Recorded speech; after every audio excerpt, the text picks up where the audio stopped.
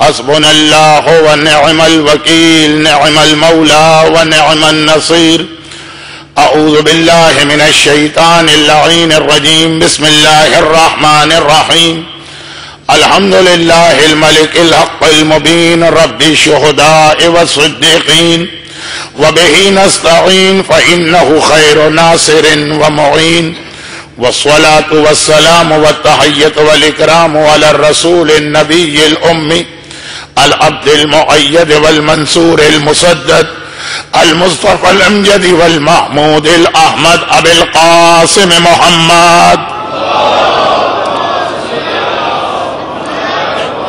وآله الطيبين الطاهرين المعصومين المظلومين المنتجبين الميامين المكرمين سيما على بقية الله في الأرضين وحجته على العالمين اللهم عجل له الفرج ولعنة الله على أعدائهم أجمعين أما بعد فقد قال الله عز وجل في كتابه الكريم بسم الله الرحمن الرحيم ربنا لا تزغ قلوبنا بعد إذ هديتنا وقال وإنما يخشى الله من عباده العلماء وقال وتزودوا فإن خير الزاد التقوى واتقون يا أولي الألباب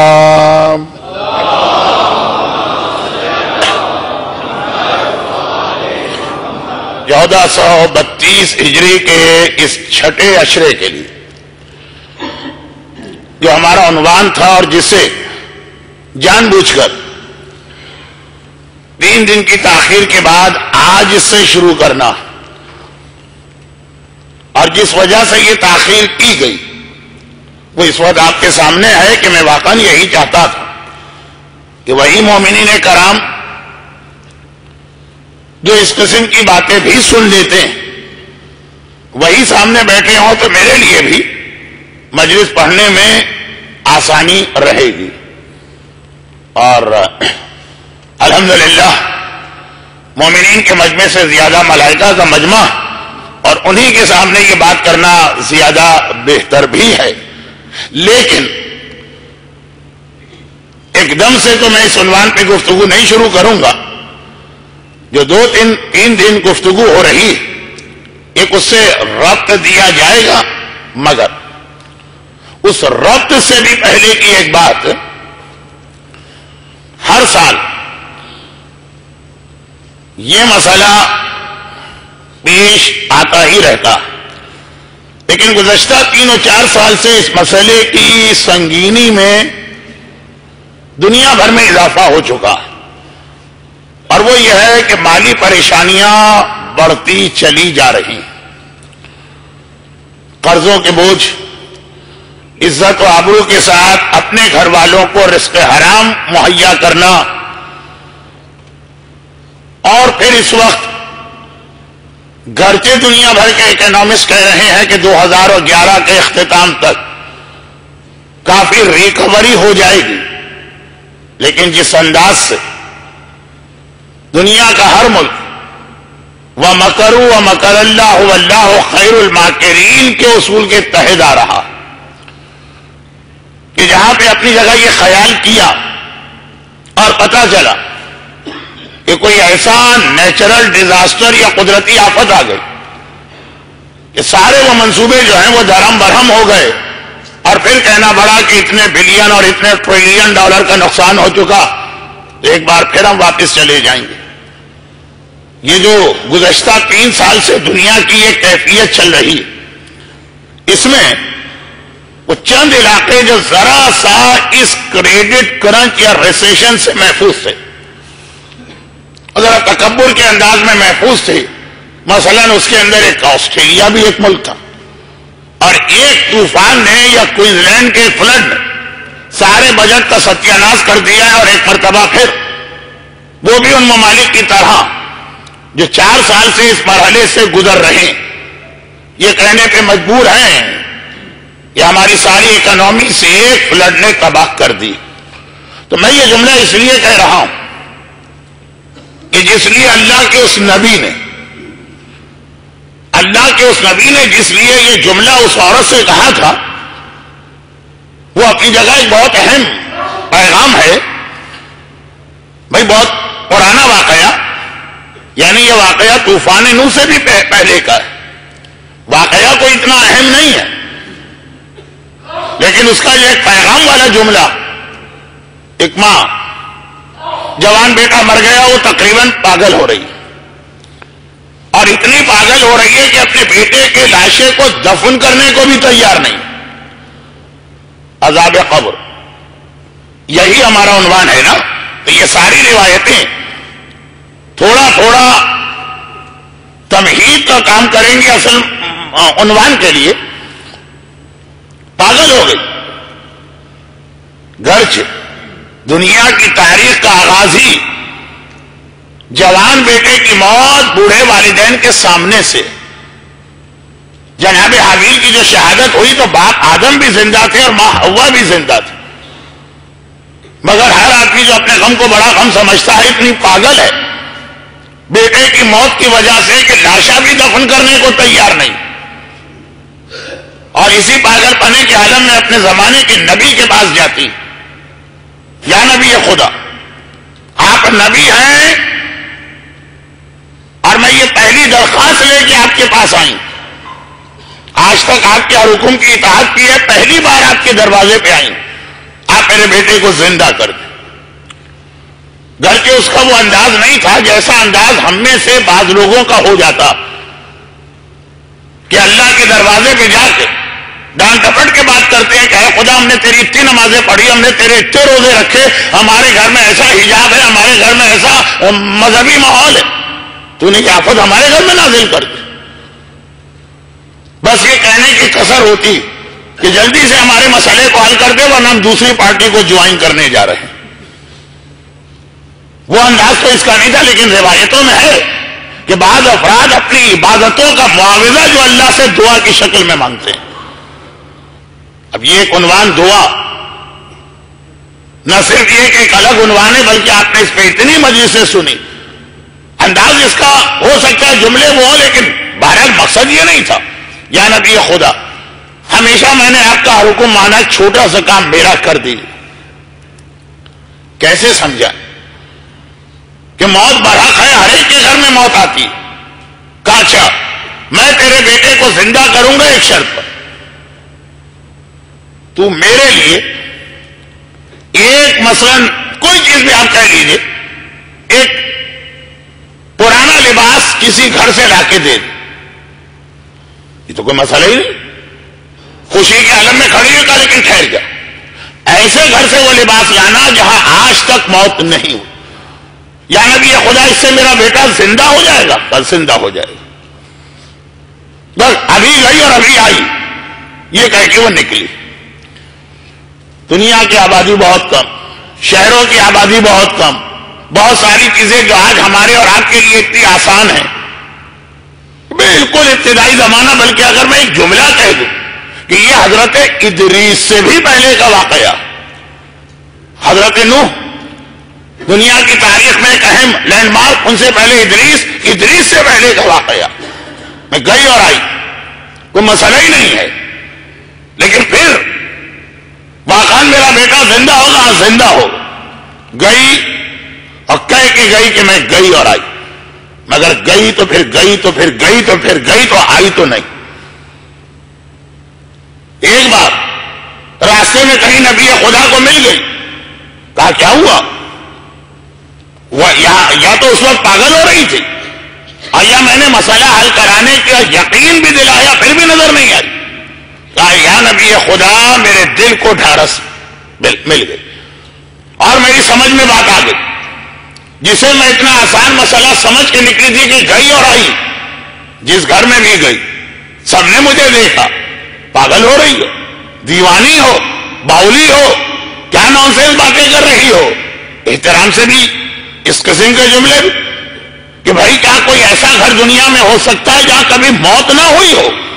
ہم تمہاری مدد کے لیے تیار ہیں، 1 یا 50 جوڑے لے جاؤ، مگر یہ جو تم کہہ رہی ہو، پہلا سوال یہی کرتی ہے نا، آپ کے گھر میں کبھی کوئی موت تو نہیں ہوئی؟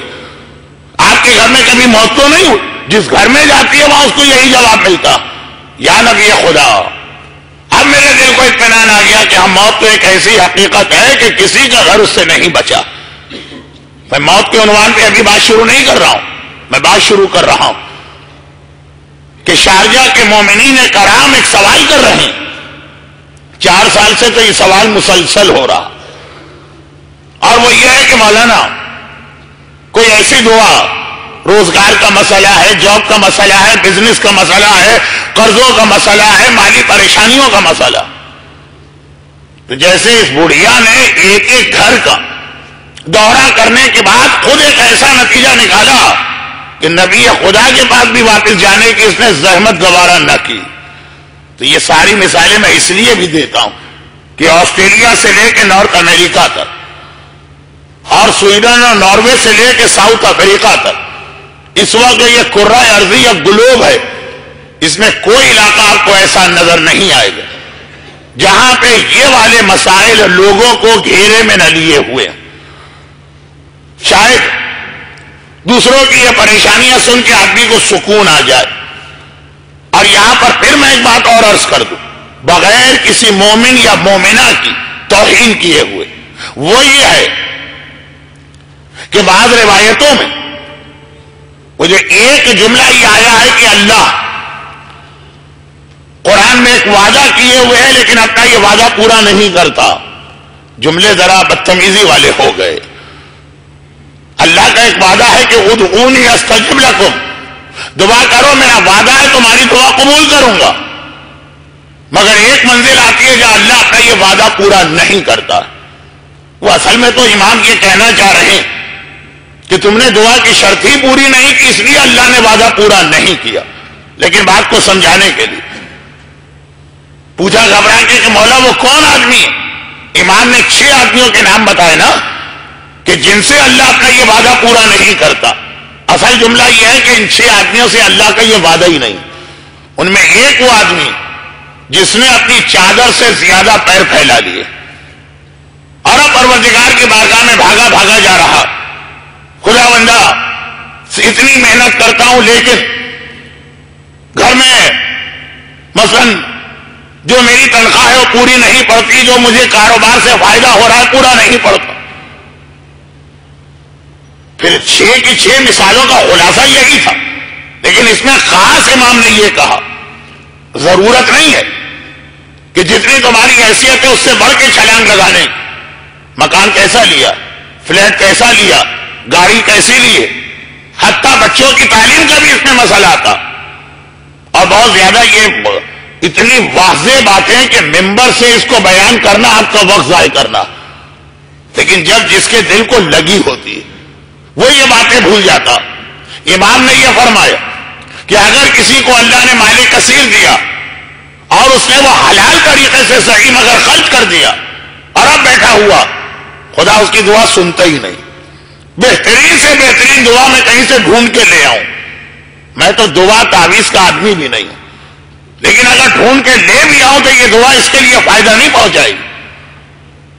جیسا کہ میں اکثر مولا کا ایک واقعہ پڑھا کرتا ہوں، 5 درہم اللہ کے رسول نے ہر ایک کو دیے اور اس کے حساب کتاب میں کتنی دیر اس کو لگ گئی.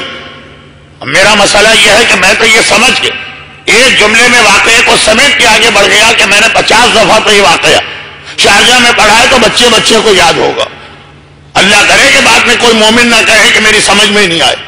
لیکن خلاصہ یہ ہے کہ جتنی اللہ نے حیثیت و استطاعت دی ہے اس میں رہ کر بھی زندگی گزار رہے اور پھر بھی پورا نہیں ہو رہا تو یقیناً بارگاہ الہی پہ جاؤ اور بار بار جاؤ. لیکن اگر اپنی غلطی کی وجہ سے اس انجام کو پہنچے ہو تو تھوڑی سی سزا تو برداشت کرنا پڑے گی. اور وہ سزا یہ ہے کہ دنیا میں تمہاری یہ دعا بھی قبول نہیں ہوگی. اور پھر وہاں پہ مومن کی زبان پہ ایک جملہ آئے گا، چلیں اچھا اللہ اسی دنیا میں سزا دے دے، اس کی سزا آخرت میں یا قبر میں نہ دے. شاید پچھلے سال کا ایک جملہ آپ کو یاد آ گیا ہوگا کہ میں نے عرض کیا تھا کہ گناہان کبیرہ میں جو ٹاپ آف دا لسٹ چند گناہ تھے ان میں ایک گناہ اتنا بیچارہ مسکین قسم کا گناہ ہے، یتیم قسم کا گناہ ہے کہ اس پہ وہ کوئی توجہ بھی نہیں دیتا. متقی اور پرہیزگار بھی توجہ نہیں دیتے ہیں چند کو چھوڑ کر. بلکہ مجھے اپنا جملہ بھی یاد ہے کہ میں نے کراچی کی ایک مثال دی تھی کراچی میں بریٹو روڈ کے اوپر اصولیہ بازار کی مارکیٹ کے قریب ایک سگنل لگا ہے، بڑا بیچارہ یتیم قسم کا سگنل، کوئی اس کا خیال ہی نہیں کرتا، ریڈ ہو کے گرین ہو، ہر آدمی اپنی مرضی سے چلتا۔ ویسے ہی گناہوں میں شراب ایک ایسا گناہ ہے کہ آدمی چونک جاتا ہے، ہاں یہ گناہ، حتیٰ یہ کہ میں ایک عجیب جملہ کہنے جا رہا ہوں کہ ڈر رہا ہوں کہ میرے جملے کا الٹا نتیجہ نہ نکلے، اور اسی لیے اس جملے کے لیے میں نے انتظار کیا کہ وہی خالی مومنین آئے جو واقعی یہ میرے بیان کو سننے کی وجہ سے میری باتوں سے اتنے مانوس ہو گئے ہیں کہ اگر آدھی بات بھی کہوں تو وہ سمجھ جاتے ہیں۔ چنانچہ داڑھی منڈوانے کا گناہ بھی آج کل اتنا ممبر سے ہائی لائٹ ہوتا ہے کہ ذہن میں آتا ہے کہ یہ گناہ ہو رہا۔ اب میں یہ نہیں کہہ رہا ہوں کہ گناہ نہیں ہے، یہ بہت ہی چھوٹا گناہ، لیکن جو جملہ میں کہنے جا رہا ہوں، شراب بہت بڑا گناہ، داڑھی بھی ایک گناہ، اس کے مقابلے میں یقیناً خاصا چھوٹا، بے حجابی درمیانی گناہ، لیکن یہ سارے گناہ وہ ہیں کہ جو کرتے بھی ہیں وہ بھی یہ چیزیں سنتے ہیں تو ایک احساس ہوتا ہے کہ ہاں بھئی یہ غلط باتیں جو ہم کر رہے ہیں۔ فضول خرچی یا اسراف ایک ایسا گناہ، بڑے بڑے نمازیوں اور بڑے بڑے حاجیوں کو دیکھا، احساس تک نہیں ہوتا کہ ہم کوئی گناہ کر رہے ہیں۔ جو گاڑی تمہارے پاس ہے، کیا اسلام کے اعتبار سے تمہیں حق ہے یہ گاڑی رکھنے کا؟ جو مکان تمہارے پاس ہے، کیا شرعاً تمہارے لیے جواز ہے یہ مکان رکھنے کا؟ جیسا دسترخوان تمہارا سجتا ہے، جس طرح ہوٹلوں میں جا کے تم کھانے کھاتے ہو، چونکہ میں شارجہ کے مومنین سے بہت زیادہ قریب نہیں، یعنی بہت قریب ہوں لیکن ایک ڈسٹینس رکھتا ہوں، لیکن دوران حج وہاں کے لوگوں کے ساتھ 50 دن رہنا ہوتا، 25 سال کے بعد جاب چھوٹا معلومہ خالی ہاتھ جا رہے، کیوں؟ پتہ چلا کہ جتنا کماتے تھے سب اڑا دیتے۔ ایک ویکینڈ کی پارٹی ہوتی تھی، 2 صاحبات، کوئی حرام چیز نہیں ہے، شراب نہیں ہے، میوزک نہیں ہے، مس گینڈلنگ نہیں ہے، بے حجابی نہیں ہے۔ ایسے آدمی کے میرا عنوان آج بننا ہی نہیں تھا، لیکن صرف اس لیے یہ عنوان بن گیا کہ جس منزل پہ میں آپ کو لے جا رہا ہوں اس پہ یہ چیز کام آئی، اور وہ یہ ہے کہ ایسے آدمی کی اللہ دعا بھی قبول نہیں کرتا۔ اگر کسی نے کمپلین کی خدا بندہ میرے پر بہت قرضہ، پہلا سوال ہے یہ بتاؤ یہ قرضہ ہوا کیسے؟ اگر جائز ضرورت کی وجہ سے قرضہ ہوا تو ٹھیک، آؤ ہم تمہارے مسئلے کو حل کریں گے، ہو سکتا ہے کچھ دیر ہو جائے لیکن حل ہوگا مسئلہ۔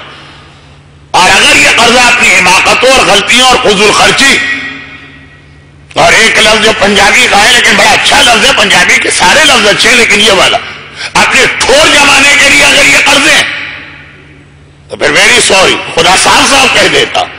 یہ الگ بات ہے کہ والدین بعض اوقات منع کر کے بھی بعد میں اولاد کی ضرورت پوری کر دیتے۔ اب اس چیز کو ذہن میں رکھتے ہوئے تسبیح جناب زہرا ہر نماز کے بعد پڑھی جاتی، لیکن اگر خاص اس نیت سے پڑھے تو اس کا یہ فائدہ ہوگا۔ میرے پاس فقہی مثالیں تو اتنی ہیں کہ نیت کی وجہ سے عبادت کے اوپر کیا فرق پڑتا، بہت ساری مثالیں۔ اب میں اس وقت اس کی تفصیل میں جاؤں گا تو آج کی مجلس پورا عشرہ اس میں ختم ہو جائے۔ راہ خدا میں نیکی کے خرچ سے آپ نے پیسہ دیا اور پتہ چلا آپ کے خمس بھی تھا، کیا یہ اس میں ایڈجسٹ ہو جائے گا؟ نہیں، دار و مدار آپ کی نیت پہ تھا، خمس کی نیت سے دے رہے تھے جب دے رہے تھے۔ اکثر مراجع کے نزدیک آغا سیستانی نہیں، اگر آپ نے ویسا ہی غسل کیا جیسے واجب غسل ہے، نیت کی تھی غسل جمعہ کی، یہ آغا سیستانی کا مسئلہ نہیں ہے لیکن 90% مراجع کا، اور آپ نے نیت کی غسل جمعہ کی، طریقہ تو وہی ہے نا جو غسل جنابت کا، نیت یہ تھی، نیت وہ نہیں تھی، آپ پاک نہیں مانے جائیں گے۔ یہ اکثر مراجع کا فتویٰ، اس بات کا خیال رکھیے کہ میں یہ نہیں کہہ رہا ہوں کہ آپ کی اکثریت جن کی تقلید میں، لیکن مثال دے رہا ہوں، عمل وہی عمل ہے، نیت کی وجہ سے عمل کے اثر میں فرق پڑا، آپ اتنے ہی نجس رہے جتنا پہلے نجس تھے، جبکہ بالکل اس طریقے سے آپ نے غسل کیا، قربتاً اللہ کی نیت بھی کی ہے۔ بات بہت لمبی ہو گئی، بہت پھیل گئی، کوئی حرج بھی نہیں تھا، لیکن پہلا حرج تو یہ ہے کہ میرا اصل موضوع اب تک شروع نہیں ہوا، اور دوسرا حرج یہ ہے کہ ہر سال میں کہتا تھا دیکھیے یہ موضوع ہے، آدھا آ گیا تو آدھا آئندہ سال آئے گا، چونکہ آئندہ سال مجھے اس علاقے میں آنے کا کوئی موقع ہی نہیں مل رہا، اس لیے اب تو مجھے اپنے عنوان پہ آ جانا ہے، بات مختصر کرو۔ نیت، زیارت وارثہ اور زیارت عاشورہ جیسی زیارتیں، کتنے مومنین اور مومنات ایسے جو روز ویسے ہی پڑھتے ہیں، کس نیت سے پڑھ رہے؟ میں یہ نہیں کہہ رہا ہوں کہ وہ دوسری نیت سے پڑھو تو غلط، میں یہ نہیں کہہ رہا ہوں کہ اگر آپ نے غسل جمعے کی نیت سے کیا تو غلط ہو گیا، میں کہہ یہ رہا ہوں کہ جو نیت سے کیا وہ فائدہ آپ کو ملا۔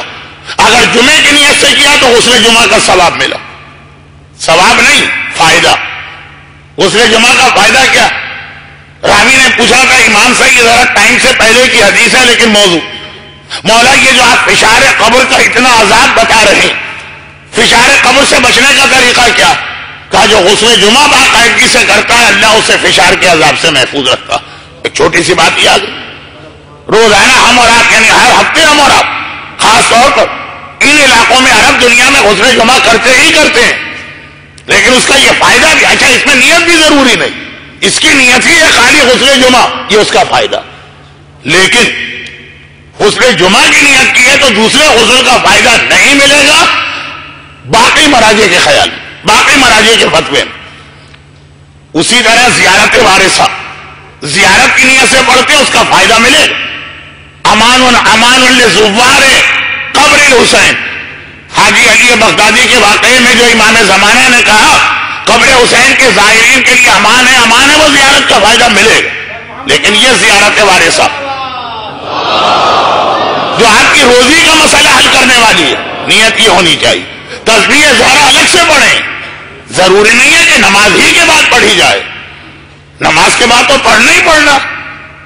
مولا نے کہا جنگ صفین کی وہ جو 10 راتوں کی لڑائی، 10ویں رات کو بھی جو سخت ترین رات تھی، گھوڑے کی پیٹھ پہ بیٹھے بیٹھے میں نے تسبیح زہرا کو مکمل کیا، چھوڑا۔ اس رات کو بھی نہیں تھا میدان جہاد کے اندر، لیکن جو بات میں نے عرض کی تھی، کیونکہ یہ سوال اس وقت آتے ہیں جب لوگ کہتے ہیں مولانا ہمیں فائدہ تو نہیں اور ہم تو یہ عمل کر رہے۔ اب دعائے ام سلمہ جو پچھلے سال بھی میں نے پڑھی اور اس سے پچھلے سال بھی، اور آج پڑھنے کا ارادہ قطعاً نہیں، آج سے بھی عرض کرنا کہ یہ دعا کا جو فائدہ ایک ہے اس میں یہ ساری چیزیں آ گئی، اس کا ایک فائدہ، اور چونکہ اس کا اور دعائے نوروز دونوں کا ایک فائدہ، اور نوروز بہت قریب ہے، یہ دو دعائیں وہ ہیں جو انسان کی حالت بدل کر بہتر حالت کی جانب آدمی کو لے جاتی ہیں۔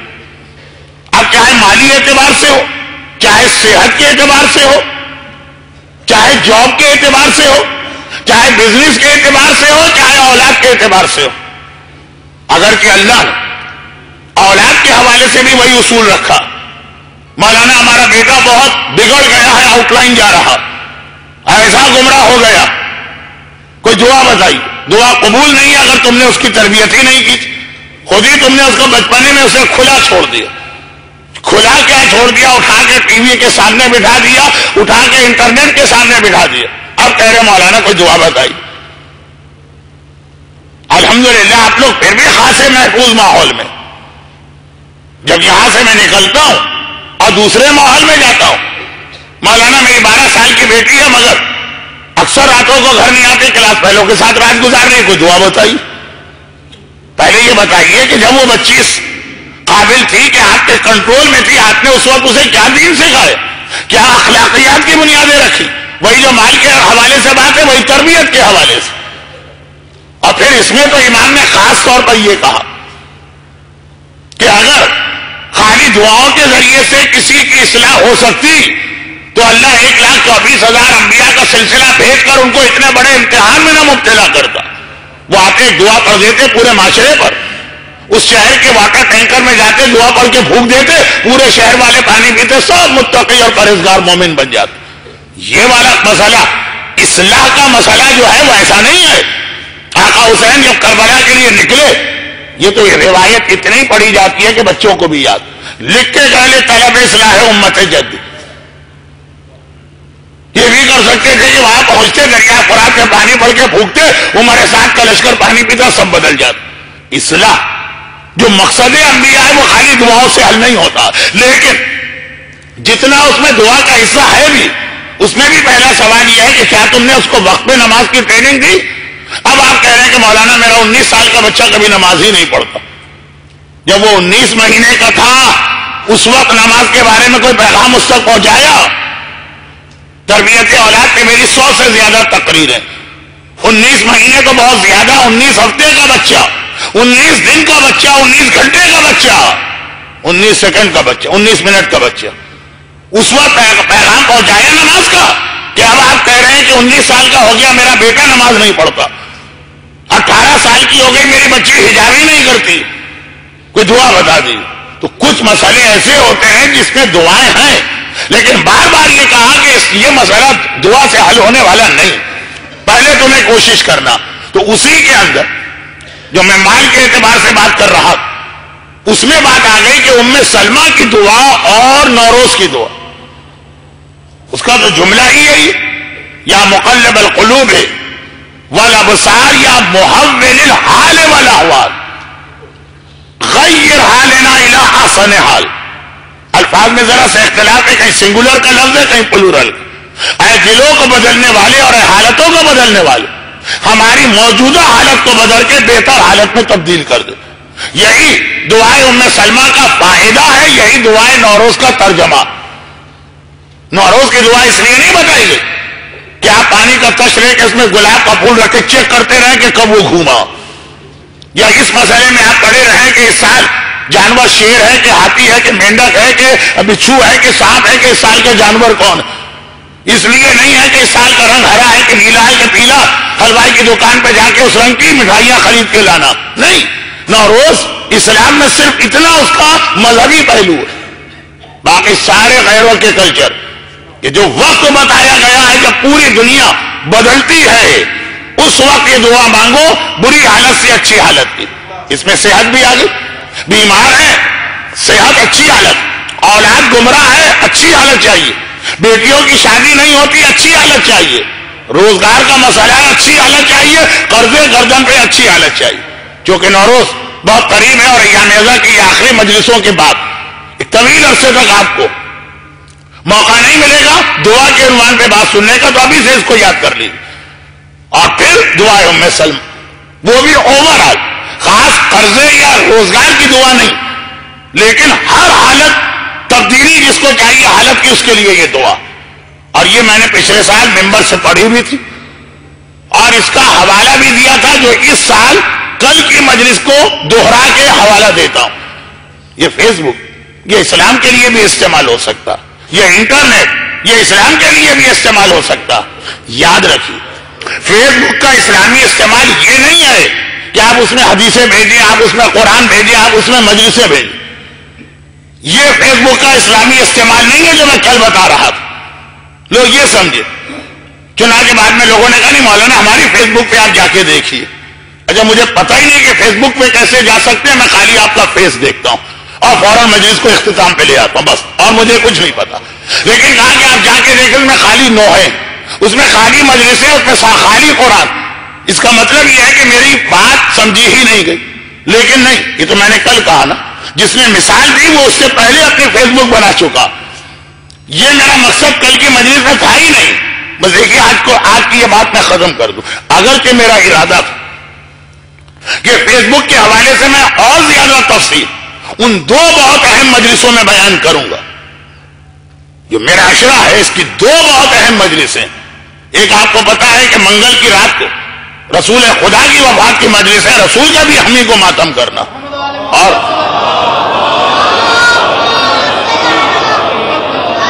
اور کون ہے رسول کا ماتم کرنے والا؟ وہی تو ماتم کرے گا نا کہ جو اس رسول کی بیٹی میں روتا ہے، جو باپ کے مرنے پہ سبت علیہ مصائب ہی کہتی رہے. اور پھر بدھ کے دن جو نماز ظہر کے بعد مجلس ہے، اس مظلوم آقا حسن مجتبیٰ کی ہے، جو 14 معصومین میں بھی ہے، 12 اماموں میں بھی ہے، پنجتن میں بھی ہے، لیکن سب سے کم اس کا ذکر ہوتا. ایک بدھ کی مجلس، مصائب بھی دونوں میں الگ ہو جائیں گے، تابوت بھی دو الگ الگ نکلیں گے. مگر پیغمبر کا آخری وقت میں اپنی امت کی گمراہی پہ رونا اور حسن مجتبیٰ کا حاکم شام کے میڈیا کی وجہ سے مظلوم بننا. میڈیا نے اتنا گمراہ کیا کہ حسن کے چاہنے والے حسن کو چھوڑ کے چلے گئے. یہ فیس بک کے لیے بہترین موقع ہے دونوں. لیکن ہو سکتا ہے وہاں یہ بات میں دوہرا دوں، لیکن بہت مختصر. یہ والا استعمال مقصد نہیں ہے یعنی یہ بری بات میں نہیں کہہ رہا، لیکن یہ والی فیس بک تو وہی لوگ جائیں گے جو آلریڈی بہت مذہبی لوگ، جن کا کوئی مذہب سے تعلق ہی نہیں ہے. ان کے لیے فیس بک کا صحیح استعمال یہ نہیں ہے، بلکہ وہ ہے ساری تصویریں ہماری بچیوں کی لگے، لیکن ایسے پرفیکٹ حجاب کے ساتھ کہ بغیر حجاب کا لفظ کہے سمجھ میں آ جائے کہ نہیں، حجاب آج کی دنیا میں کیا جا سکتا ہے، گھر سے باہر، مسجد سے باہر، مجلس سے باہر، شاپنگ سینٹر میں، بیچز پر، گھومنے کی جگہ پر بھی. یہ ہوتی ہے غیر محسوس تبلیغ. یہ میں نے کہا 19 گھنٹے کا بچہ، کیا آپ نے اس کو نماز کا پیغام دیا؟ اس کو کیا ملے گا نماز کا پیغام؟ وہی جو میں نے فیس بک کے لیے جملہ کہہ کے میں آگے بڑھ گیا.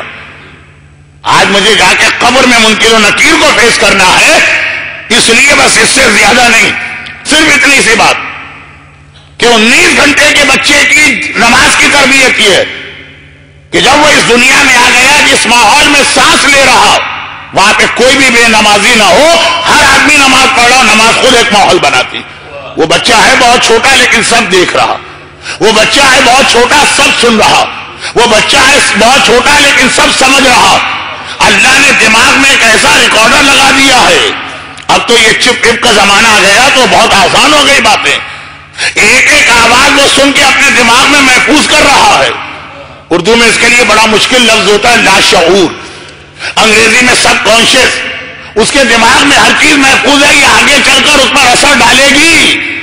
دیکھیے چھوٹا بچہ، اس کی موجودگی میں کچھ جائز اور حلال کاموں سے بھی روکا گیا، اور یہ کہہ کر روکا گیا کہ اس کا اس بچے پہ یہ اثر پڑے گا.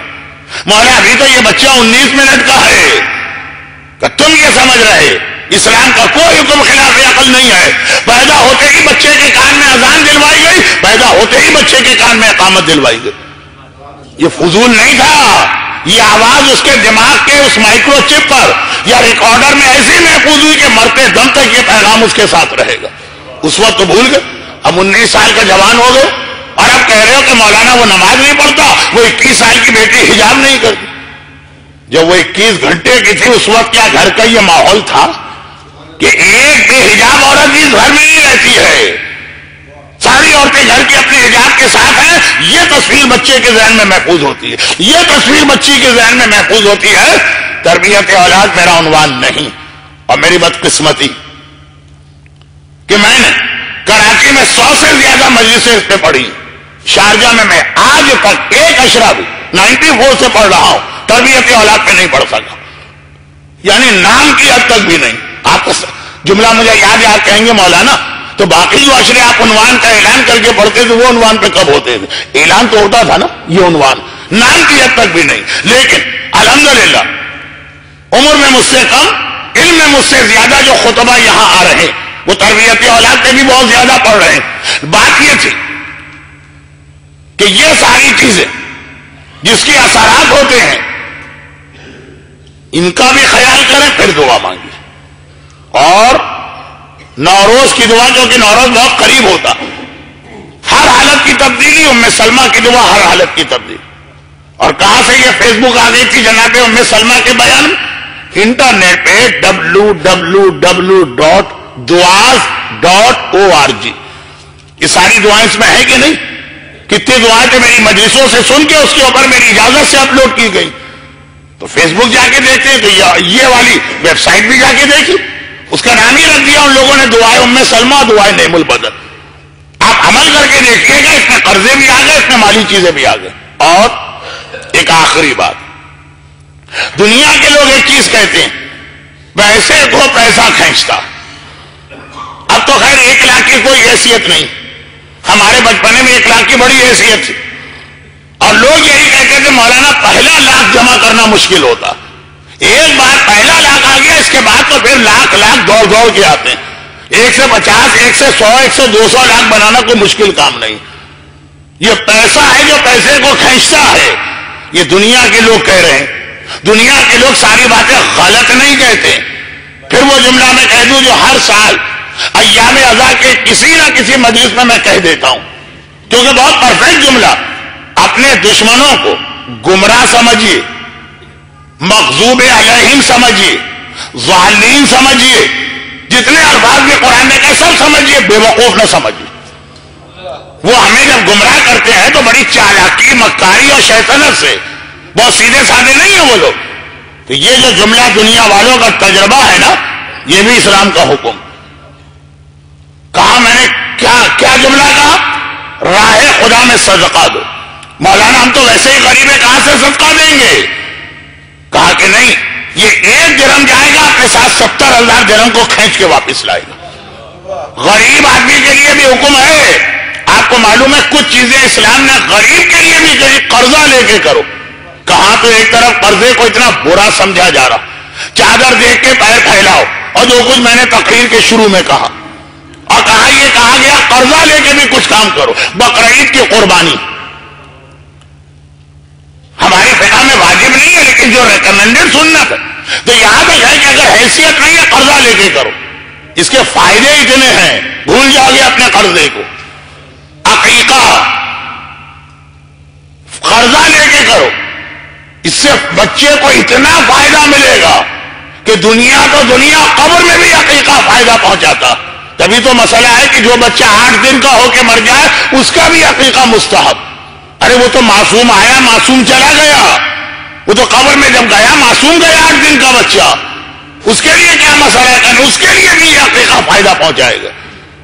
تیسری چیز جو میں اپنے تجربے سے بھی کہہ رہا ہوں، اور روایتیں بھی ہیں لیکن اسی انداز کی روایتیں کہ کئی روایتوں کو ملا کے خلاصہ، قرضہ لے کر بھی قربانی کرو فائدوں کی وجہ سے، قرضہ لے کر بھی عقیقہ کرو فائدے کی وجہ سے، قرضہ لے کر بھی عزاداری کرو. یہ عزاداری جو فائدے اپنے ساتھ لاتی وہ تو اپنی جگہ ہے ہی. مودت اہل بیت کے لیے اولاد بھی بیچ دیں تو کم، لیکن اہل بیت ہمارے محتاج نہیں ہیں کہ ہمارے محتاج نعوذ باللہ. ضرورت ہے انہیں کہ ہم اور آپ رو. ان پہ زمین روتی ہے، ان پہ آسمان روتے ہیں، ان پہ درخت روتے ہیں، ان پہ پتھر روتے ہیں، ان پہ کائنات روتی ہے. وہ ہمارے اور آپ کے محتاج بھی نہیں. لیکن یہ عزاداری الٹا ہم ہی کو فائدہ پہنچاتی ہے. آخرت میں شفاعت زہرا کے علاوہ دنیا کی برکت ہے. قرضہ لے کے بھی کرو. صدقہ بہت بڑا صدقہ نہیں، کبھی تو ایک لقمہ کتے کے آگے ڈال دینے سے عذاب قبر دور ہو گیا. لیکن یہ وہ چیز ہے جو آدمی کو، جو مالی پریشانیاں، میرا موضوع مالی پریشان، لوگ کہتے ہیں نا پیسہ پیسے کو کھینچتا. یہ راہ خدا میں صدقہ دیں گے، غربت کے عالم میں وہ اپنے ساتھ پیسہ کھینچ کے لائے. اور میں اکثر خمس کے حوالے سے بھی ایک جملہ کہتا ہوں کہ امام اس لیے ہمارے 100 درہم میں 20 درہم نہیں لیتے کہ نعوذ باللہ امام کے گھر میں واقع ہے تو ان کو گھر چلانا ہے، تو ان کو آج روٹی پکانا ہے، تو آج ان کے گھر میں گوشت آ جائے گا اگر ہم خمس دیں گے نعوذ باللہ. وہ اس لیے 20 درہم ہم سے لیتے ہیں کہ وہ ہمیں 20 لاکھ دینا چاہتے ہیں. تو ہمارے 20 جائیں گے تب وہ 20 لاکھ ہم کو دے رہے ہیں. اب اس جملے کو میں بہت پھیلا بھی سکتا ہوں، لیکن عذاب قبر کا موضوع کہا گیا. آج تو میرا وعدہ ہی وعدہ تھا، لیکن اب یہ آخری بات جو ہے نا، آپ دیکھیے گا کیسے میں جمپ لگا کے عذاب قبر پہ آتا ہوں. تو یہ چیزوں کے فائدے اتنے. کسی نے کہا نہیں مولانا ہماری عقل میں پھر بھی نہیں آتا، وہ پہلے ہی بیچارہ غریب ہے. آپ نے کہا قربانی 10,000 کا جانور ہے، 10,000 کا قرضہ آپ نے اور اس پہ بڑھا دیا. وہ بیچارہ پہلے ہی غریب ہے. آپ نے کہا کہ جی 15,000 کی وہ جو تم نیاز کرتے ہو امام کے نام پہ اس سال بھی کنٹینیو کرو. میں نے 15,000 کا لفظ تو نکالا. لوگ یہی سمجھتے ہیں امام کے لیے تو اگر آپ کی حیثیت نہیں ہے، آپ پیالے میں پانی میں شکر ملا کے لوگوں کو پلا دیں، یہی تحفہ وہاں قبول ہو جائے گا. آپ کہیں گے جی لوگ بہت اعتراض کریں گے. بھائی فلاں صاحب کی مجلس ہوئی تھی ایسی شاندار بریانی تھی، فلاں صاحب کی مجلس ہوئی تھی ایسے چکن ٹکے انہوں نے کھلائے، فلاں. بھائی آپ اس لیے اگر مجلس کر رہے ہیں تو نہ کیجیے، اور اگر اس لیے کر رہے ہیں کہ فاطمہ زہرا اسے قبول کر کے آپ کو فائدہ پہنچائے، یہ سادہ پانی آپ تبرک میں تقسیم کریں، دعائیں زہرا آپ کو حاصل ہو رہی.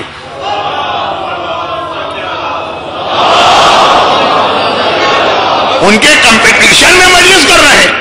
بعض لوگ کہتے ہیں نا کہ مولانا بعض لوگوں نے نظر و نیاز کا اسٹینڈرڈ اتنا بڑھا دیا کہ غریب آدمی مجلس کر ہی نہیں سکتا. غریب اگر یہ کہے کہ بریانی والی مجلس میں نہیں کر سکتا تو ٹھیک کہہ رہا. فاطمہ نے کب کہا ہے کہ مجھے بریانی والی مجلس چاہیے؟ کہا ہے کہ جو تمہاری حیثیت ہے اس کے اعتبار سے ہماری خدمت میں تحفہ پیش کرو. آپ کس کو خوش کرنے کے لیے مجلس کر رہے ہیں؟ جن کے لیے مجلس کر رہے ہیں ان کو تو نہیں چاہیے بریانی. ہاں جس کی حیثیت ہے بریانی کی، وہ ہر جگہ پیسہ خرچ کرے اور وہاں پہ پیسہ روک لے کہ نہیں خالی پانی سے کام چلا لوں گا. جس کی جو حیثیت ہے اہلیت اسی اعتبار تو فائدے. اب کہا کہ سمجھ میں نہیں آتا, بیچارہ ویسے قرضوں میں جکڑا ہوا اور آپ کہہ رہے ہیں کہ جی وہ قرضہ لے کر قربانی کرو بقرعید, آپ کہہ رہے ہیں قرضہ لے کے عزاداری کرو, آپ کہہ رہے ہیں قرضہ لے کے عقیقہ کرو, آپ کہہ رہے ہیں قرضہ لے کے صدقہ دو. بھائی اس کو میرے پاس روایتیں واقعات مثالیں بہت ہیں, ٹائم بالکل نہیں. میں چھوٹا سا جملہ کہہ دوں. ایک بیچارہ بہت غریب قرضوں میں جکڑا ہوا, اس کی حیثیت کھانے کی بھی نہیں اور معلوم ہوا کہ اس کو ایک ایسی موذی بیماری ہو گئی, ڈاکٹر نے دوا لکھ کے دی, دوا نہیں کھائے گا مر جائے گا. وہ قرضہ لے کے بھی دوا لے کے آئے گا. ہم نے کہا بھائی تمہارے گھر میں روٹی کھانے کو نہیں, دوا کیوں لے آ رہے, چھوڑو دوا کو, پہلے روٹی کی فکر کرو پھر دوا لانا. کہا کہ جی وہ ڈاکٹر نے آپریشن لکھا کہ سیریس کنڈیشن ہے, فوری طور پہ اس کا بائی پاس کا آپریشن کرنا ہے, 1,00,000 درہم کا خرچہ. ہم نے کہا چھوڑو جہنم میں ڈالو, پہلے جا کے اپنے بچوں کے لیے روٹی اور وہ چکن وکن لے کر آؤ. یہ آپریشن نہیں, قرضہ لے گا, ہاتھ پھیلائے گا, بھیک مانگے گا, علاج پہلے کرائے گا, اس کا فائدہ اتنا ہوتا ہے کہ پھر وہ روٹی سے بھی بڑھ جاتی ہے چیز. یہی فائدے عقیقے کے ہیں, یہی فائدے قربانی کے ہیں. جس طرح دوا اور آپریشن کے لیے قرضدار بھی مزید قرضہ لیتا ہے اس کے فائدے کی وجہ سے. ان چیزوں کو ہم سمجھتے نہیں ہیں, ہمیں اس کی اہمیت نہیں پتا. صدقہ, اب یہ میں نے اس لیے کہا کہ جتنی دعائیں آپ کریں مال کے لیے, صدقہ دینا نہ بھولیے ہر دعا کے ساتھ. یہ وہ چیز ہے جو عذاب قبر سے بچاؤ کا سب سے بہترین علاج ہے. بلکہ یہاں پہ میں وہ روایت پڑھ رہا ہوں جو ہر سال تو نہیں لیکن ہر دوسرے تیسرے سال میں نے پڑھی. ہمارے یہاں چونکہ لوگ بہت ساری چیزیں دیکھا دیکھی کرتے, فلاں صاحب نے بریانی تقسیم کرائی, اگر ہم بریانی تقسیم نہیں کرائیں گے تو پھر مجلس ہی نہیں کرائیں گے. نہیں, نماز وحشت ہمارے یہاں کہاں سے آ گئی؟ پہلے تو نماز وحشت پڑھی ہی نہیں جاتی اور اب پڑھی جاتی ہے تو ایسے بھرپور طریقے سے کہ واجب نماز نہیں پڑھی جاتی, نماز وحشت کے اعلان پہ اعلان ہوتے, بڑے سیریس ہو جاتے لوگ نماز وحشت کے لیے. بلکہ بعض لوگوں نے اپنی ایک عادت بنا لی ہے کہ ہر رات وہ ایک نماز وحشت پڑھتے ہی پڑھتے ہیں, چاہے کسی کے مرنے کی اطلاع آئے کہ نہ آئے. اتنی بڑی دنیا ہے, کہیں نہ کہیں تو کوئی مومن مرا ہوگا. جو لوگ نماز فجر نہیں پڑھ پا رہے, بہت سے لوگ یہ تو پڑھتے ہوں گے جن کی یہ عادت ہے, یہ تو نماز فجر قضا نہیں کرتے ہوں گے. لیکن میرے کہنے کا مطلب یہ کہ واجب نماز دنیا چھوڑ رہی ہے. نماز وحشت ہمارے یہاں اتنی پاپولر ہو گئی کہ اسلام نے واجب بھی نہیں کی پھر بھی لوگ پڑھ رہے ہیں. غلط نہیں ہے, میں نماز وحشت کی مذمت نہیں کر رہا ہوں, میری بات کا غلط مطلب نہ نکالیے. میرا مطلب یہ ہے کہ پوری حدیث سنیے. اچھا حدیثیں تو بہت ہوتی, کیا یہ حدیث معتبر بھی ہے؟ بھائی نماز وحشت کی ہمارے پاس یہی ایک حدیث, اور تمام مراجع نے اسی پہ فتوا دیا, اور اسی لیے فتوا دیتے ہوئے جملہ لکھ دیا کہ حدیث میں جو ترتیب آئی ہے اس کا خیال کرتے ہوئے نماز وحشت پڑھو. اچھا اب اس میں بھی ایک بات میں عرض کر دوں, نماز وحشت قبر کے دو مختلف آ گیا نا عذاب قبر. نماز وحشت کہتے کسے ہیں؟ جو عذاب قبر کم کرتی, وہ وہاں سے میں آ گیا اپنے موضوع پر, اور اس طرح آگے آپ کو پتا بھی نہیں چلا کہ کب یہ ریل نے جو ہے لائن چینج کر کے دوسری پٹری پہ چلی گئی ہے وہ ریل, وہ چل رہی ہے آگے. لیکن نماز وحشت دو طریقے اس کے, بلکہ اگر آپ دیکھیے گا تو مثلا شیخ عباس قمی کتنے عظیم مرجع, کتنے عظیم عالم, خاص طور پر دعاؤں کے حوالے سے انہوں نے یہ والا جو طریقہ ہمارے یہاں رائج ہے اس کو تو رکھا ہے دوسرے نمبر پر. کہا ایک روایت میں یہ بھی آ گیا کہ نماز وحشت آیت الکرسی اور 10 انا انزلنا سے پڑھی جا سکتی ہے. یعنی انداز ہی ایسا ہے کہ شیخ عباس قمی اس والی روایت کو غلط نہیں کہہ رہے, لیکن دوسرے نمبر پر تو اصل روایت ہے نماز وحشت پہلی رکعت میں الحم کے بعد 2 قل اللہ, دوسری رکعت میں الحم کے بعد الہاکم التکاثر کا پورا سورہ 10 مرتبہ. مولا عذاب قبر سے بچنے کا بہترین علاج کیا کہ روزانہ سوتے وقت 7 مرتبہ الہاکم التکاثر کا سورہ پڑھو, جو نماز وحشت میں 10 مرتبہ پڑھا جاتا. کیونکہ میں نے اکثر جب یہ مسئلہ پڑھا جو ابھی میں بتا رہا ہوں, اچھا پہلے تو یہ سن لیجیے, آج سے تقریباً 150 سال پہلے کے مشہور مراجع میں سے ایک ملا فتح علی سلطان آبادی. سلطان آباد ایران کا ایک بہت ہی مشہور شہر، بلکہ ایک زمانے میں جب قم کا حوضہ نہیں بنا تھا تو حوضہ ہی سلطان آباد میں تھا. اس کا نام بدل کے بعد میں عراق کر دیا گیا. وہاں کے رہنے والے عراقی کہلاتے ہیں. ہمارے مراجع میں سے ایک آغا محمد علی عراقی کو 1999 تک ہم نے ان کی تقلید کی. وہ وہی شہر سلطان آباد ہے، نام اس کا بدلا گیا. وہاں کے آپ کو یاد ہوگا قم کا حوضہ بنایا ہے آغا عبد الکریم حائری نے. آغا عبد الکریم حائری کا نام نہ صرف یہ کہ اہم ترین تو یہی کارنامہ ہے قم بنایا. نجف کا حوضہ شیخ طوسی نے بنایا، قم کا حوضہ عبد الکریم حائری نے اسٹیبلش کیا. لیکن زیارت عاشورہ کا بھی جو سب سے مشہور واقعہ کہ سامرہ شہر میں جب سے زیارت عاشورہ پڑی ایک مومن کی موت نہیں ہوئی، وہی نہیں آغا عبد الکریم حائری کا. یہ عراق میں طالب علم تھے، وہاں جب مرجع بن گئے حوضہ وہاں سے اٹھا کے قم لائے.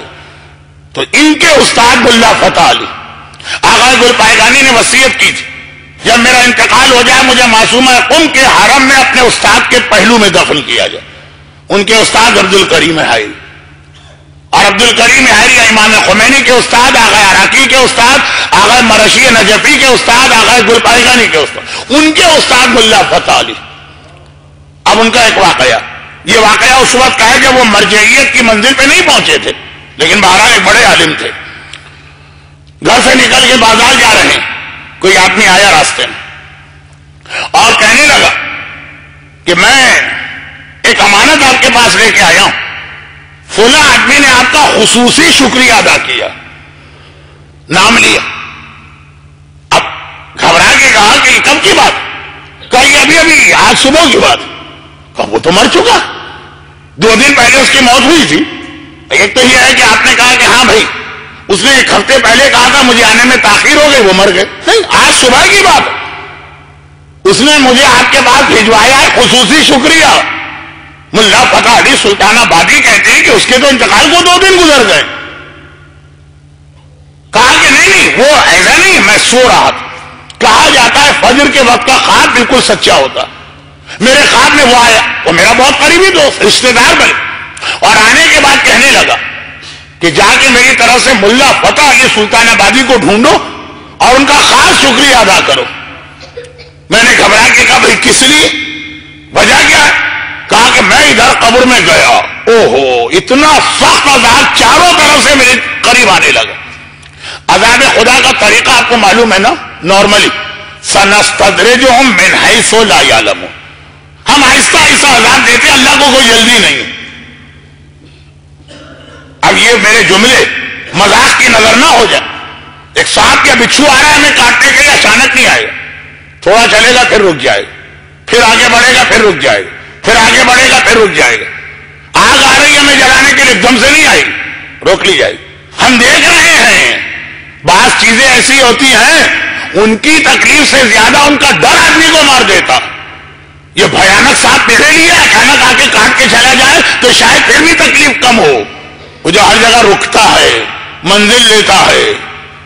انداز کچھ ایسا میرا بن رہا ہے کہ مذاق کے پہلو جملے بن رہے ہیں، لیکن یہ حق ہے.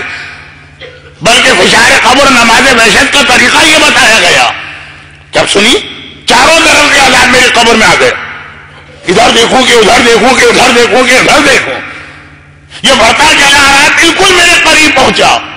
آگ کی تپش محسوس ہونے لگی. ابھی جلا نہیں رہی آگ، فاصلہ ہے. وہ سانپ کے سرسراہٹ محسوس ہونے لگی، اتنا میرے قریب پہنچ چکا. اور اچانک چاروں طرف سے میرے چاروں طرف نور کی دیواریں کھڑی ہو گئی. ایسی دیواریں کہ اب کوئی عذاب آ نہیں سکا، سب ٹکرا ٹکرا کے مارا جا رہا. چڑیا گھر کے ریپٹائل ہاؤس میں سانپ دیکھا ہے نا، وہ شیشے کی دیوار سے ٹکرا رہا، ہم تک نہیں پہنچ پاتا. وہ آگ ہے اس کے شیشے کی دوسری طرف، ہم تک نہیں پہنچ پا رہی. میں نے گھبرا کے ایک بار پوچھا یہ کیا چیز؟ فرشتے ہوتے ہیں قبر میں.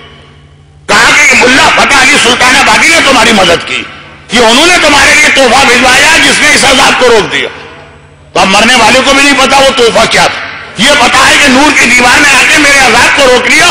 تو کہا کہ جا کے ان کا شکریہ ضرور ادا کر دے. اب یہ شخص جو شکریہ ادا کرنے آ رہا ہے زندہ آدمی کہہ رہا ہے لیکن بتا تو دیجئے کہ چیز کیا تھی. کہا کہ میری ایک عادت تھی کہ جب میں کسی کے مرنے کی خبر پاتا تھا، کوئی مومن 2 رکعت نماز وحشت پڑھتا تھا، جانتا ہوں نہ جانتا ہوں، رشتہ ہو رشتہ نہ ہو، تعلق نہ ہو. یہ نہیں کہہ رہے کہ میں روزانہ نماز وحشت، کسی کے مرنے کی خبر پہ نماز وحشت پڑھی جاتی.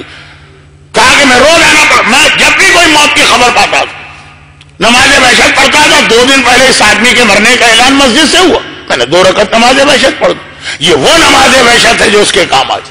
مگر زیادہ فائدے مند وہ نماز وحشت ہے جس میں علم کے بعد 2 قل اور دوسری رکعت میں علم کے بعد 10 مرتبہ الہاکم التکاثر. کل میری مجلس کی ابتدائی آیت بھی الہاکم التکاثر بننے والی ہے، اور یہ قرآن کی وہ آیت ہے جس کی تفسیر نہج البلاغہ میں ہے. نہج البلاغہ تفسیر کی کتاب نہیں، 2-3 ہی آیتیں ہیں جن کی تفسیر مولانا نے نہج البلاغہ میں کی. یا صاحبان علم کے لیے جملہ بدل دو کہ 2-3 ہی آیتیں جن کی تفسیر والا خطبہ سید رضی نے کمپائل کیا، الہاکم التکاثر. لیکن ویسے ہی روزانہ رات کو سوتے وقت 7 مرتبہ پڑھ کے سونا سکرات سے، موت سے لے کر عذاب قبر کا بہترین علاج بتایا گیا. اب لوگ کہتے ہیں مولانا انا انزلنا والی نماز ہم اس لیے پڑھ لیتے ہیں کہ انا انزلنا ہم کو یاد ہے. یہ سورہ تو یاد ہی نہیں، الہاکم التکاثر حتی زرتم المقابر. روزانہ رات کو 7 مرتبہ پڑھ کے سوئیے، اپنا بھی عذاب قبر بچ رہا، اور نماز وحشت میں شامل کیجئے تو دوسرے کا بھی. ہاں، یہ اب تک جو میں نے بات کہی ہمارے تقریباً سارے مراجع کا نظریہ کہ 2 طریقے ہیں نماز وحشت کے، دوسرا بھی یاد رکھیے. البتہ آیت اللہ سیستانی فرماتے مجھے اختلاف ہے، وہ بھی سن لیجیے. کہتے ہیں کہ جو آدمی قبر میں چلا گیا اس کے لیے آیت الکرسی اور انا انزلنا والی نماز وحشت. اور اگر کسی کی موت کی خبر ہے، یہ نہیں پتا چل رہا کب دفن ہوگا، یا پتا چل گیا ابھی دفن نہیں ہو رہا، اس دوران موت سے لے کے قبر تک کا جو مرحلہ، اس میں الہاکم التکاثر والی نماز وحشت کام آتی ہے. یہ بھی بڑا خطرناک مرحلہ. جیسے ہمارے قابل احترام عالم آیت اللہ شیخ محمد علی عامری کا مدینے میں انتقال ہو، تھوڑا شروع میں کنفیوژن رہا کہ ان کو کب دفن کیا جا رہا. ہم گھبرا گئے، پتہ نہیں صحیح خبر آئے گی کہ بھی نہیں آئے گی. ان کے لیے خدمت کرنا، یہ الہاکم التکاثر والی نماز، یہ آیت اللہ سیستانی کا بہت اہم فتویٰ ہے، اسے یاد رکھیے گا. لیکن بات یہاں سے نہیں چلی تھی، بات یہ چلی کہ نماز وحشت قبر مشہور ہو گئی ہے تو ہم لوگ پڑھتے ہیں. اصل روایت یہ نہیں، اصل روایت یہ ہے کہ رسول خدا نے ایک دن فرمایا کہ مدد کرو مدد کرو مدد کرو.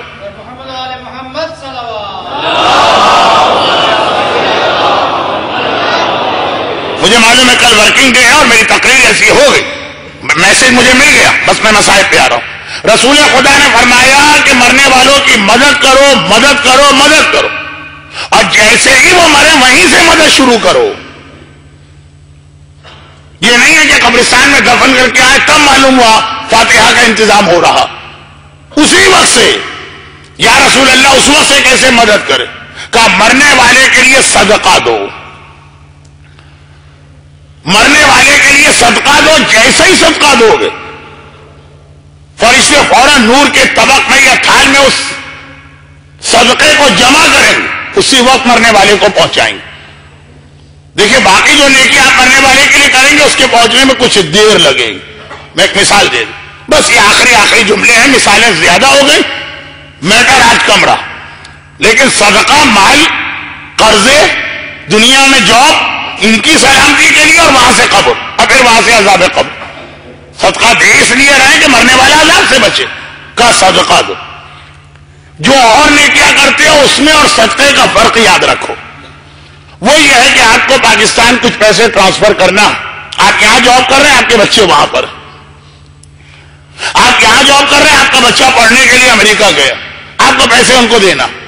ایک طریقہ ہوتا ہے بینک کے تھرو آپ بھیجتے ہیں، کچھ ٹائم لگتا ہے، 2 دن 3 دن 1 ہفتہ پاکستان میں ہو سکتا ہے، اس سے بھی زیادہ لگتا. اور ایک ایسا ادارہ بھی ہے کہ ادھر آپ نے پیسہ دیا، ادھر اپنے رشتے دار سے کہیے کہ تم کھڑے رہو، جیسے ہی آپ نے نمبر بتایا تصدیق ہو گئی، ابھی آ گئے. ہے نا کیسا ادارہ؟ میں اس کا ممبر سے نام نہیں لینا چاہتا ہوں، ایڈورٹائزنگ کے پیسے الگ سے لگا کرتے ہیں تو میں اس کا نام نہیں لینا چاہتا ہوں.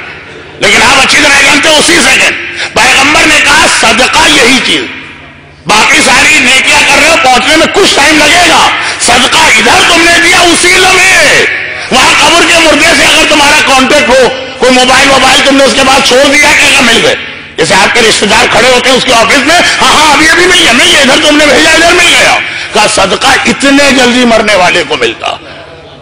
اب کھڑا ہوا مجمع میں ایک آدمی، یہ حدیث تمام مراجع لکھ رہے ہیں، حدیثوں کی دو قسمیں، ایک عام علماء جو حدیث پڑھتے ہیں وہ الگ بات ہے، جو مرجع لکھتا ہے حدیث اس کا مطلب اس کے اعتبار سے بہت ہی معتبر حدیث ہے، فتویٰ دے رہا۔ کھڑا ہو گیا ایک آدمی، خیبر ابھی فتح نہیں ہوا، عثمان ابن مظعون کی وفات سے مدینے میں مسلمانوں کی اموات شروع ہوئی۔ عثمان ابن مظعون پہلے مہاجر صحابی ہیں جو مدینے میں انتقال کیے اور جنت البقیع میں دفن کیے گئے۔ جنت البقیع کے پہلے صحابی، پہلے مسلمان عثمان ابن مظعون۔ کبھی کبھار لوگ مجھ سے پوچھتے ہیں مولانا آپ ہمیشہ سے اتنے بڈھے تھے، کبھی آپ کا بچپنا تھا، کبھی آپ بچوں کی طرح کھیلتے تھے، کودتے تھے، شرارتیں کرتے تھے، یا شروع سے ہی پیدائش سے ہی ایسی داڑھی کے ساتھ اتنا سیریس چہرہ لے کے آپ پیدا ہوئے تھے؟ اور اگر تھا کوئی دوست ووست ہے بچپنے کا؟ رسول خدا کے بچپنے کا کوئی دوست ہے؟ دوست کی بات عثمان ابن مظعون، یہ پیغمبر کے بچپنے کے ساتھی ہیں، تقریباً دونوں ایک ہی سال پیدا ہوئے۔ مکے کے اندر محلہ بنی ہاشم کے برابر ان کا گھر، پیغمبر کی جوانی کے سفر کے ساتھی ہیں جو تجارتی سفر تھے، رسول خدا بحرین تک آئے تجارت کرنے، عثمان ابن مظعون صاحب ہجرت کے ساتھی ہیں، مدینے میں پہنچ کے پہلی ان کی موت ہوئی، چنانچہ ان سے جنت البقیع کا قبرستان شروع ہوا۔ اب یہاں سے عذاب قبر کی روایتیں بھی آنا شروع ہو گئی۔ تو اب جب عثمان ابن مظعون کا انتقال ہوا، بالکل شروع زمانے کی بات ہے، ابھی خیبر بہت دور، کھڑا ہو گیا ایک آدمی، یا رسول اللہ، اس کا انداز وہ نہیں تھا لیکن تقریباً وہ انداز تھا بھی، کہ اس کا مطلب یہ کہ پیسے والے کے تو ہر جگہ فائدے، یہاں بھی وہ پیسے کی مدد سے اچکتا پھرتا ہے، سارے فائدے، اور مرنے کے بعد بھی صدقہ دے دیا تو وہاں بھی اس کو وی آئی پی ٹریٹمنٹ ملے گا، اور ہم جیسے غریب یہاں بھی فاقے کر رہے ہیں وہاں بھی مریں گے۔ تو پیغمبر مسکرائے۔ کچھ لوگوں کا انداز بدتمیزی کا ہوتا ہے، نیت بڑی خالص ہوتی ہے، انداز ہوتا ہے انتا رب ذلیل، دل کہہ رہا ہوتا ہے انتا رب جلیل، زبان کہہ رہی ہوتی ہے انا عبد جلیل، لیکن دل کہہ رہا ہوتا ہے انا عبد ذلیل۔ تو اللہ کے رسول مسکرا کے کہتے ہیں کہ نہیں، ایسا نہیں، اگر کوئی صدقہ نہ دے سکے، جس جملے کو مراجع نے پکڑا ہے حدیث، اگر صدقہ نہ دے سکے تو پھر 2 رکعت نماز وحشت سے قبر پڑے، وہی فائدہ اس کے مرنے والے کو ملے گا۔ یہ عبارت ہے اس پر، اس حدیث کے اس ٹکڑے پر جملہ ہے آیت اللہ خوئی مرحوم کا، جملہ ہے آغا سیستانی کا، کہ یہ لفظ تو بتا رہا ہے کہ نماز وحشت مجبوری میں پڑھی جائے گی، ورنہ صدقہ اگر ہے تو نماز وحشت نہیں پڑھو۔ کہتے ہیں اس لیے احتیاط کا تقاضا یہ کہ دونوں عمل کرو۔ صدقہ دنیا سے شروع ہوا، ہماری تقریر کا پہلا آدھا حصہ تھا دنیا کے مسائل، جس کے اندر آپ ایسے سنتے ہیں صبح شام لوگ صدقہ نکالتے ہیں، ایکسیڈنٹ نہیں ہوگا اور گھر میں آگ نہیں لگے گی اور اچانک موت نہیں ہوگی لیکن جاب محفوظ رہے گا، اس نیت سے صدقہ دے کے نکلے کہ میں اپنے جاب کی سلامتی کے لیے صدقہ دے رہا ہوں، قرضے ادا ہوں گے، اس نیت سے صدقہ دیجیے۔ صدقہ خالی درہم کا نام نہیں ہے، نیت کے ساتھ درہم کا نام، 5 درہم آپ نے دے دی۔ آج کل تو خیر ہمارے ہاں جو اچھے حساب رکھنے والے فوراً پوچھتے ہیں، رسید کاٹے آپ نے یہ کس چیز کے دیے، خمس ہے، فطرہ ہے، زکات ہے، ڈونیشن ہے، ویسے ہی فرشتے پوچھتے ہیں 5 درہم کس کے دیے، صدقہ، کس چیز کا صدقہ؟ اپنی جان کے لیے دیا، اپنے مال کے لیے دیا، اپنے رشتہ دار کے لیے دیا، اپنی قبر کے لیے دیا، اپنے قرضوں کی ادائیگی کے لیے دیا۔ نیت بہت اہم چیز، لیکن پہلے صدقہ پھر نماز وحشت، اور یہ وہ منزل ہے جو ہمارے اور آپ کے لیے، نعوذ باللہ کی اہل بیت کے اطہار کے لیے تو نہیں، لیکن جو انہی جیسا ہو وہ آپس میں اس انداز سے بات کر سکتے ہیں۔ اب میں نماز وحشت کی خاص بات نہیں کر رہا ہوں، میں بات کر رہا ہوں مرنے والے کی مدد کی۔ صدقے سے مدد ہوتی ہے، پھر نماز وحشت سے کیا مدد ہوتی ہے؟ وہ سانپ، وہ بچھو، وہ آگ، وہ کوڑے، وہ لوہے کے گرز، جن میں سے کچھ کا بیان کل سے شروع ہوگا، ان سب سے روکتا۔ پوچھا گیا لیکن مولا اگر کوئی آدمی بڑا نیک اور دیندار ہے کہ اس کے لیے بھی پڑھو. خالی شرابی کے لیے نماز وحشت نہیں پڑھنا، نمازی کے لیے بھی پڑھنا. خالی فاسق و فاجر کے لیے نہیں پڑھنا، متقی کے لیے بھی پڑھنا. گناہگار کا عذاب ختم ہوتا ہے، نیکوکار کے درجات بلند ہوتے. اللہم ان کان محسنا فزد فی احسانہ وان کان مسیئا کا سب کے لیے پڑھو. لیکن بس ہماری منزل ختم ہو گئی غیر معصوم تک، معصوم آ گیا تو یہ ہماری منزل ختم. لیکن معصوم اپنے جیسے معصوم سے کہہ سکتا. چنانچہ عصر عاشور حسین کی آخری 2 وصیتیں زینب کبریٰ کے لیے. بہن زینب جب نماز شب پڑھنا تو میرا نام نماز شب میں نہ بھولنا. ہم اور آپ نماز شب میں نام نہیں لیں گے. بعض ایسی دلیلیں ہیں جن کی بنا پر ہمارے کچھ علماء میں یہ بحث بھی ہے کہ شہزادی زینب کبریٰ بھی عصمت کی منزل پہ فائز تھی. ایک بحث ہے.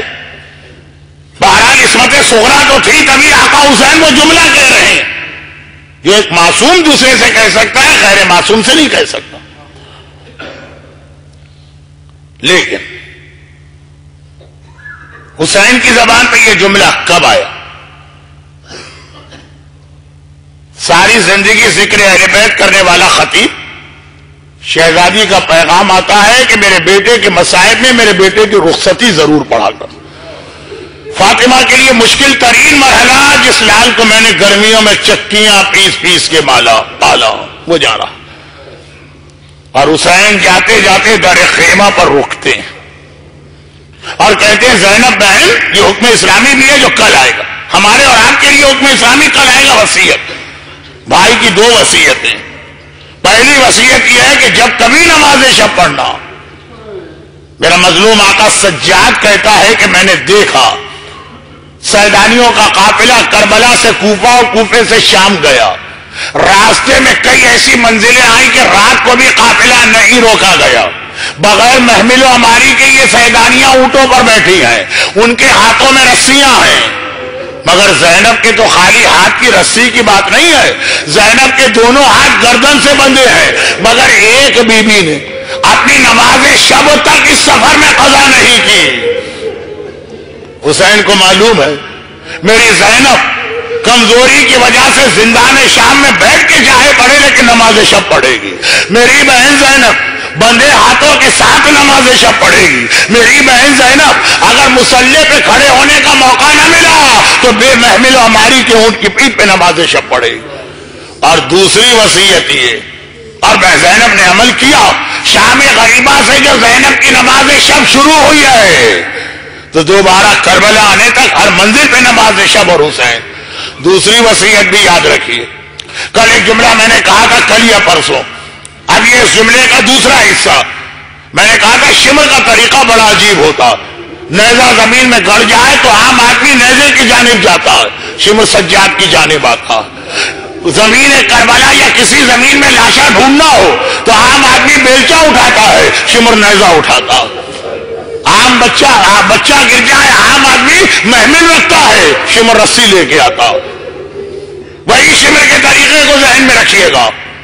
حسین نے کہا دوسری وصیت یہ زینب بہن بڑی سے بڑی مشکل کی منزل آ جائے کبھی بد دعا کے لیے ہاتھ نہ اٹھانا. زینب نے پہلی وصیت پہ اس طرح عمل کیا، بندے ہاتھ. اور دوسری وصیت قدم قدم پہ وہ مرحلے آ رہے ہیں. باقی جتنے ظالم ہیں ظلم کرتے ہیں، گستاخ ہیں گستاخی کرتے ہیں. شمر مذاق اڑاتا ہے اہل بیت اطہار کا، خصوصاً زینب کبریٰ. مثلا ابھی کربلا سے نکل کے پہلی منزل کوفے کی آئی. زینب نے دیکھا کوفے شہر کے دروازے نظر آ رہے ہیں. ہر شہر کی طرح کوفے میں بھی 7 دروازے تھے اور 2 دروازے تو بہت قریب قریب تھے. جس دروازے سے زینب کو لے کے شمر جا رہا، زینب کو یاد آ گیا، بلکہ بھولی کب تھی. زینب نے دروازہ دیکھا، یہ وہی دروازہ ہے جہاں سے میرا بابا مجھے لے کے کوفے میں آتا تھا. شمر علی کے زمانے میں کوفے کا رہنے والا ہے، قید میں تھا تو آقا حسین نے سفارش کر کے شمر کو کیسے رہائی دلوائی تھی، اسے معلوم ہے سب کچھ. زینب مدینے کی رہنے والی ہے، بابا کے ساتھ مدینے سے کوفے آتی ہے. کوفہ شہر کے قریب پہنچ گئی، باپ رک گیا، زینب بیٹی خیمہ لگاتے یہیں ٹھہر جاؤ۔ بابا مسافر کو اپنے گھر پہنچنے کی جلدی ہوتی ہے، خالی ننھی سکینہ نہیں پوچھ رہی ہے کہ بھیا ہم کب گھر جائیں گے، ہر مسافر پوچھتا۔ اور جب گھر سامنے نظر آ رہا ہے، دروازہ وہ ہے کوفے کا، اس کے پیچھے علی کا گھر، بابا یہاں کیوں رک گئے؟ کہا دن کا وقت ہے، زینب پورے حجاب کے ساتھ ہے، مگر علی کی غیرت یہ برداشت نہیں کرتی کہ دن کی روشنی میں حجاب والی زینب کو بھی مردوں کے درمیان لے کے جائے۔ بیٹی ٹھہر جا، آدھی رات کو چلیں گے۔ اور آدھی رات کو زینب چلی۔ علی کو پتا ہے کہ زینب جیسی بیٹی ہے جو مر جانا قبول کرے گی، خود سے بے حجاب نہیں ہو سکتی، مگر بار بار کہتے ہیں یہ علی کی غیرت۔ زینب چادر اچھی طرح سے بندھی ہے، نقاب صحیح طریقے سے ہے نا، ایسا نہ ہو کہ ہوا چلے اور ذرا سا کپڑا ہٹ جائے، چہرہ کھل جائے۔ قدم قدم پہ رات کے اندھیرے میں بابا زینب کے حجاب کی بات کر رہا، یہ وہی دروازہ تو ہے۔ زینب نے دیکھا، باپ بھی یاد ہے، باپ کی غیرت بھی یاد ہے، باپ کی احتیاط بھی یاد ہے، شمر سے کہا شمر دیکھیں برابر میں دوسرا دروازہ، اس دروازے سے نہیں ہمیں دوسرے دروازے سے لے جاؤ۔ دیکھیں شمر کو منع کرنا ہے، منع کر سکتا، چلے یہی کہہ دے ہمارے انتظام یہاں ہے، وہاں انتظام نہیں، یہ بھی نہ کہے کہ ہمیں وہاں سے جانا، مگر اس کا انداز بے حیائی دیکھیے، عابد کی کمر کا کوڑا اور یہ جملہ دونوں میں کوئی فرق نہیں ہے۔ ایک بار شمر نے زینب کو دیکھا، زینب ابھی تک اپنے آپ کو شہزادی سمجھ رہی ہو، ہماری قیدی ہو، ہم حکم دیں گے تمہیں ہمارا حکم ماننا پڑے گا۔ بلکہ عابد کی کمر کے کوڑے نے اتنی تکلیف نہیں پہنچائی ہوگی جتنا علی کی غیرت مند بیٹی کو شمر کے جملے نے تکلیف پہنچائی۔ تم قیدی ہو، ہم حاکم ہیں، حکم ہمارا چلے گا، جو ہم کہیں گے ماننا پڑے گا۔ فاطمہ کی بیٹی ہے نا، ایک بار زینب کبھی جلال آ گیا، ہاتھوں کو پھیلا کے آسمان کو دیکھنا چاہتی ہے، مگر آواز دیتی ہے اے کلثوم، اے رقیہ، اے فروا، اے لیلا، اے رباب، یہ ظالم مجھے مجبور سمجھ رہا ہے، میں دکھا دوں کہ زینب میں طاقت کیا ہے، بس دعا کرتی ہوں تم سب مل کے آمین کہنا۔ ایک بار مکان کے صحن میں فاطمہ نے بھی تو بد دعا کے لیے ہاتھ اٹھا دیے تھے، جب سلمان نے دیکھا کہ مسجد النبوی کی دیواریں بنیاد سے نکل کے ہوا کے اندر ہیں، اور علی نے کہا سلمان جا کے روک دو فاطمہ کو۔